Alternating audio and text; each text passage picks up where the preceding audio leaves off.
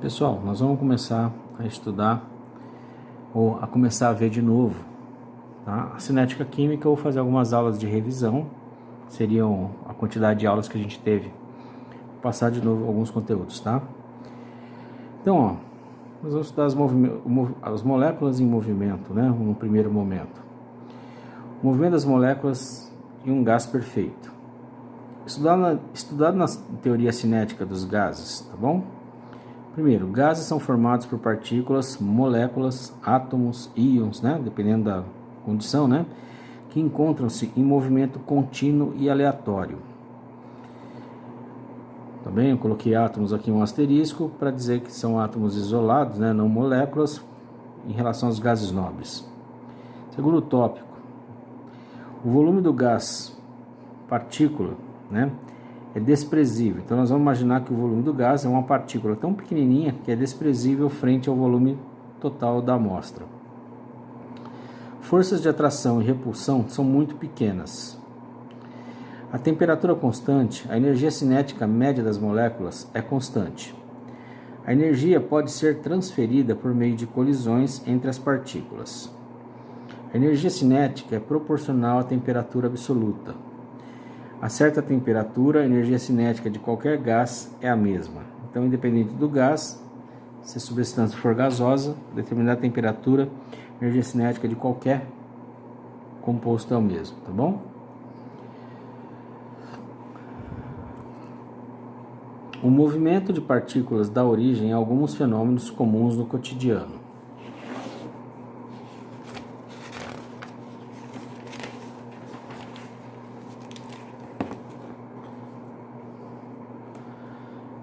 Difusão, condução térmica, condução elétrica, viscosidade, efusão. Uma representação de um sistema gasoso. Aqui eu tenho um desenho, 5 moléculas, átomos, íons no estado gasoso, né? Partículas extremamente pequenas frente ao tamanho da amostra, né? Muito pequenininhas, movimento aleatório, tá? Estão colidindo, um movimento bastante aleatório aqui. Só muda o movimento, a direção do movimento quando uma colide com a outra, tá ok? De acordo com a teoria cinética molecular, vírgula, a energia cinética, EC, entre parênteses, é dada por 2 pontos. Energia cinética, EC, igual meio, 1 dividido por 2, vezes a massa, vezes U ao quadrado. M é igual à massa da molécula, U a velocidade média quadrática dessa molécula. Como a uma certa temperatura, vírgula, qualquer gás possuirá energia cinética igual a meio de mu ao quadrado, vírgula. Para um gás de valor baixo de m, né, um valor baixo de massa, por exemplo, H2 e hélio, e um gás com alto valor de m, por exemplo, xenônio, radônio, na mesma temperatura, terão energias cinéticas iguais. Então, como eu disse, independente de se o gás é leve ou não, a energia cinética vai ser igual, tá bem? Então, o que vai mudar? O U, né? O parâmetro U de um gás leve é alto e baixo para um gás pesado. Este fenômeno explica o esvaziamento de bexigas, balões com gás hidrogênio e hélio, tá bem? Então, se tem a massa grande, o U é pequeno. Se tem a massa pequena, o U é grande. Então, se você tem um balão, uma bexiga, tá bem? Que você preenche com hidrogênio, como ele vai ter uma velocidade muito grande e também uma molécula muito pequena, tá? Ele vai conseguir permear pela borracha. Já um gás grande, como o xenônio, o radônio, tem uma movimentação pequena, tá certo? Uma velocidade, vamos dizer assim, pequena, e por ser grande ele não vai conseguir permear pela borracha, a bexiga não vai esvaziar, tá ok? A expressão de U é a raiz quadrada de 3RT sobre M, tá? Raio, R é a constante universal dos gases, temperatura absoluta, e M é a massa molar. Aqui eu tenho a fração de moléculas em função da velocidade molecular, tá ok? Se a gente observar uma molécula pesada, parcialmente pesada, tá? Vamos entender aqui, né? O oxigênio, que é uma molécula muito mais pesada que o hidrogênio, tá? Com a massa 32, ela vai ter uma velocidade molecular em metros por segundo relativamente pequena. Se eu pegar água no estado gasoso, que tem uma massa menor, praticamente metade da massa do oxigênio, eu vou ter uma fração menor de moléculas, né?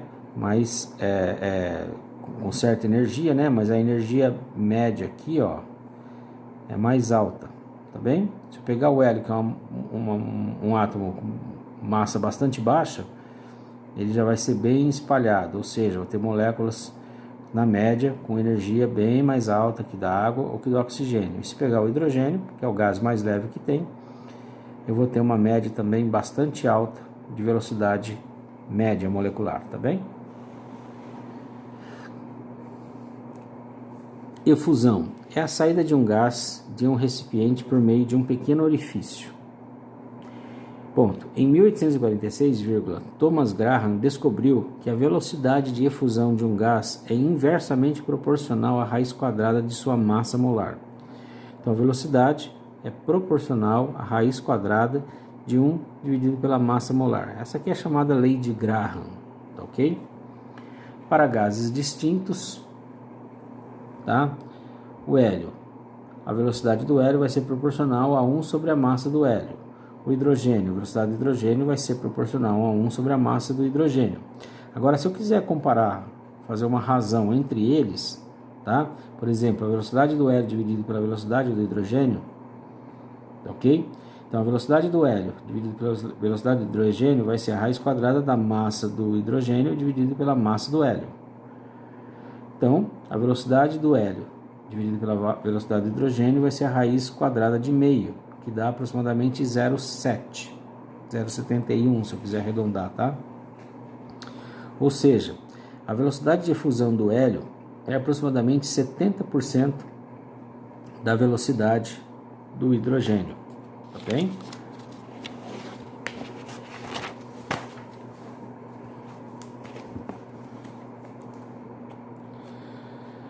Aí eu peço para vocês, pedir para vocês, né, calcular a razão entre as velocidades de efusão do gás oxigênio e do gás hidrogênio. Então tá aqui a velocidade do oxigênio dividido pela velocidade do hidrogênio, vai ser dado pela raiz quadrada da massa do hidrogênio dividido pela massa do oxigênio, tá bom? Lembra, gente, a velocidade é proporcional a 1 sobre a massa da substância. Como aqui está no denominador, a massa fica para cima, tá? Se estiver estranhando a fórmula. Muito bem. Velocidade do oxigênio sobre a velocidade do hidrogênio vai ser a raiz de 2 sobre 32, perdão. Tá? Simplificando, vai ser 1 sobre 16. A raiz quadrada de 1 sobre 16 é 1/4. Interpretação. A velocidade de efusão de uma molécula de gás oxigênio é 4 vezes menor que a do gás hidrogênio. Tá bom? A do hélio era 70%. Aqui é 4 vezes menor, é 25% praticamente da velocidade do hidrogênio. Movimento molecular em líquidos. Pode ser estudado em medidas de viscosidade. Esse N aqui estranho, tá? É o símbolo da viscosidade, que é uma propriedade física que caracteriza a resistência de um fluido ao escoamento. Então, coloquei a viscosidade de alguns líquidos aqui, tá bem? Por exemplo, a água. A viscosidade dela, tá? É 0,9 praticamente, dividido por 10 a menos 3 kg por metro por segundo. Tá bom? Esse é um dado de viscosidade. Perceba que, por exemplo, o mercúrio é um líquido também já bem mais viscoso, né, do que a água. Quase o dobro, tá? Mas se eu pegar benzeno e pentano, são líquidos muito menos viscosos do que a água, tá? Tem a aparência de ser um líquido mais leve. É isso que dá a impressão para quem mexe com esses líquidos, tá? Embora o benzeno seja uma substância muito cancerígena. Não é bom trabalhar com ele.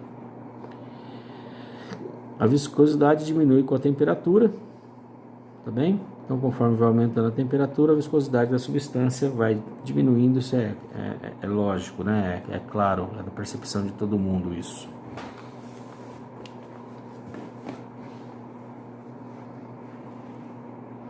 A probabilidade de uma molécula ter uma energia mínima necessária para escapar das moléculas vizinhas, né? Um EA, é proporcional a exponencial elevado a essa energia de ativação aqui, né, essa é a energia mínima necessária para escapar das moléculas vizinhas, dividido por RT.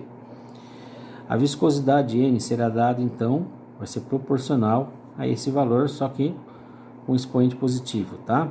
O sinal positivo da exponencial mostra que a viscosidade diminui com o aumento de temperatura. E a típica da viscosidade é comparável à energia potencial média das interações intermoleculares, tá bom?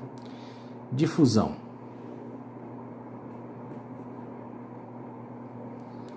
Uma imagem possível da difusão é a de uma partícula deslocando-se, migrando de um lado a outro em pequenos passos, né?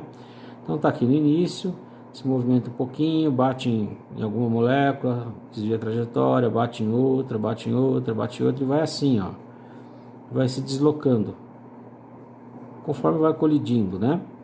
Então aqui é o início, aqui é o final, tá bom? Depois de um certo tempo aqui. A difusão molecular é um fenômeno de transporte de matéria. As partículas do fluido ou solvente, por meio de suas movimentações térmicas, dispersa, transporte as partículas do soluto pela solução, tá bem? Então, por exemplo, quando você coloca uma groselha na água, se você adicionar bem devagarzinho, você vai ver que a difusão é pequena, tá? Porque as partículas do fluido ou solvente, por meio de sua movimentação térmica, ela vai dispersar, vai transportar as partículas do soluto pela solução, mas esse movimento é lento, tá? Por isso que, por exemplo, para adoçar um suco, você mexe com uma colher, né? Que é para evitar esse fenômeno natural aqui, você dá uma acelerada. O movimento das partículas do soluto ocorre sempre de uma região de alta concentração para uma região mais diluída, tá bem?